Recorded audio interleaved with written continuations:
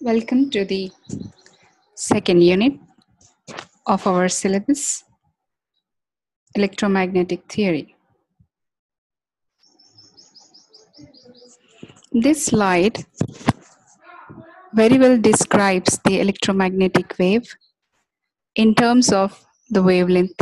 Here, sizes in comparison, the frequency related to it, and also the temperature of objects at which this radiation is the most intense wavelength emitted.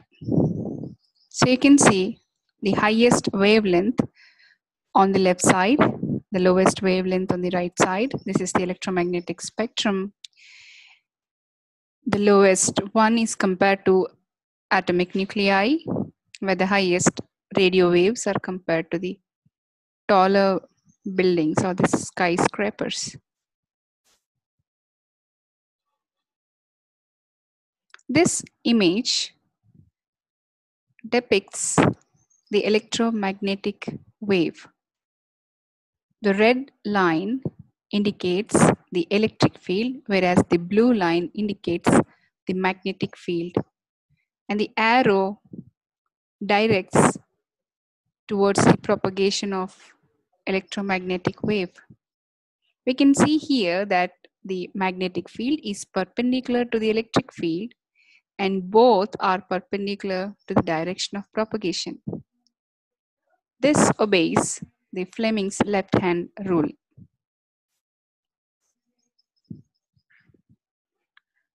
Propagation of electromagnetic waves can happen in different medium.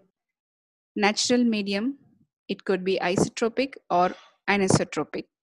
If the medium through which the electromagnetic wave propagates is independent of the direction of the propagation of the wave, that is, it behaves identically whichever direction the electromagnetic wave propagates, then it is called isotropic.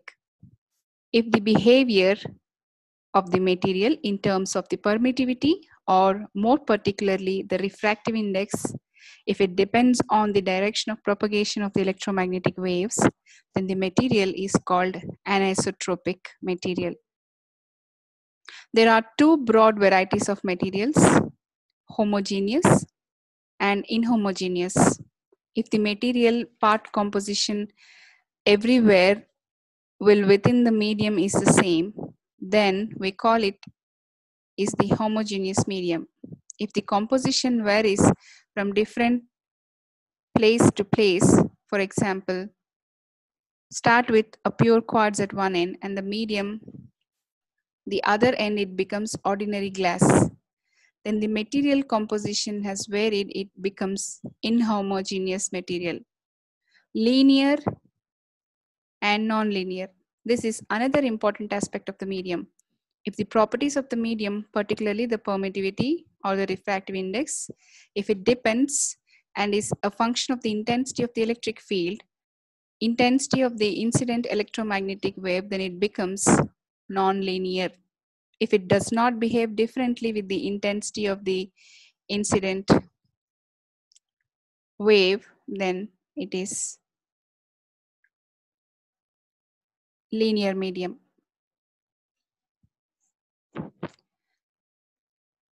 Electromagnetic wave propagation.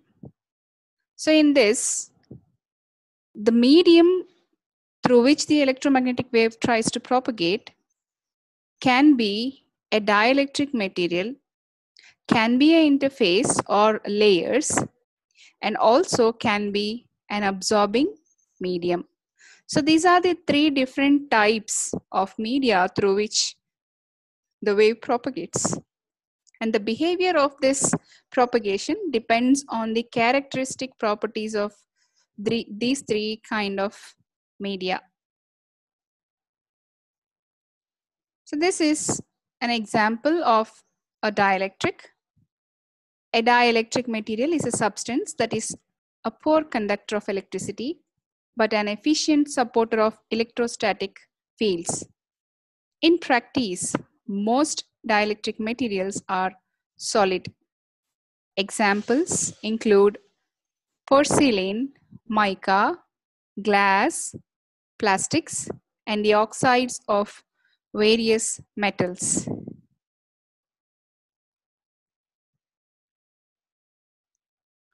Coming to the Maxwell's equations, you have already learned it in your first unit.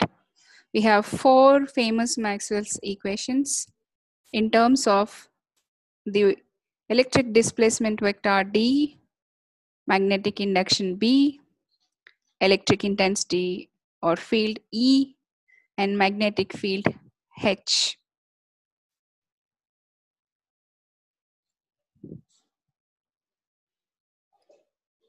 Isotropic dielectric. Let us see what is an isotropic dielectric.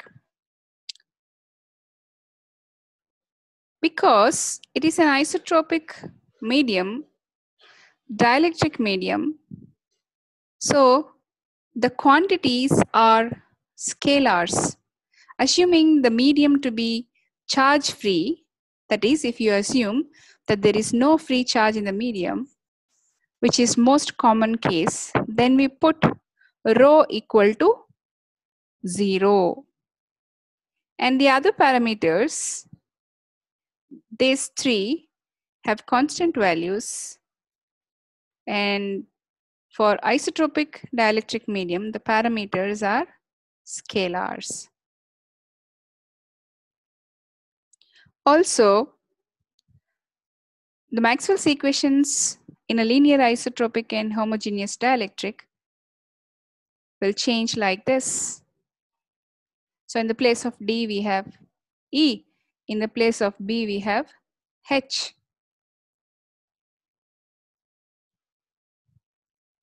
So then next, we'll take the curl of equation 1c, that is the third equation. So you can see the relations like this. Then we use the identity from the vector calculus. Del cross E is equal to del into del dot E minus del square E. So we use that vector identity and then apply it in equation 1b. We get del square E is equal to mu sigma dou E dou T plus mu E dou square E by dou T square. In a similar way, you can get the equation for del square H. Now we have this equation del dot E equal to 0. If we use this in the equation, then this quantity becomes 0. So this identity becomes del cross E is equal to minus del square E, the Laplacian of the electric field vector. So arranging both sides, we write this equation del square E equal to this quantity and the second order time derivative of the electric field.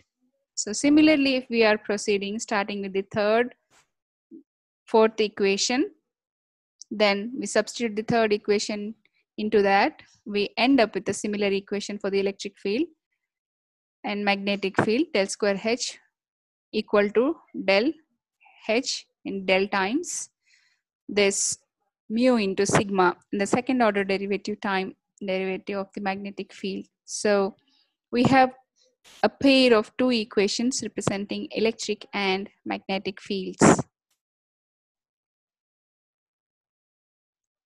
Let us see the equations for electric and magnetic fields in the linear homogeneous isotropic dielectric.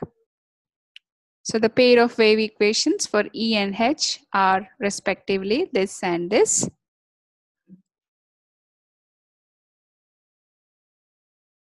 For electromagnetic waves in a perfect dielectric, so the parameter is sigma equal to 0. There is no conductivity, hence the conductivity terms become 0. So we have del square E, which is changing to this, and del square H, which is changing to this. For a perfect dielectric, sigma is equal to 0, and these are the end equations. These are vector wave equations. Any component of each quotation gives scalar wave equation.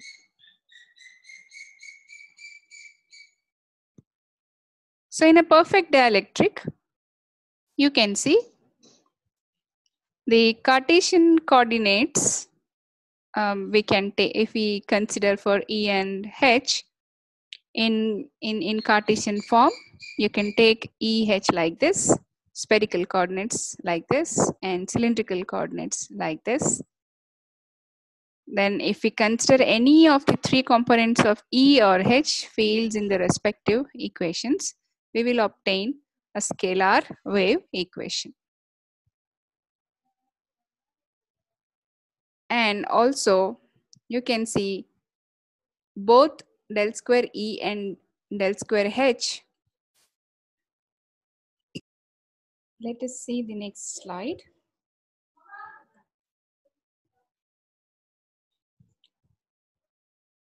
So this is a common expression.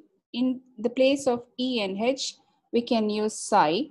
So whenever you want to write this expression for electric field, just replace psi with E, or for magnetic field, replace psi with H.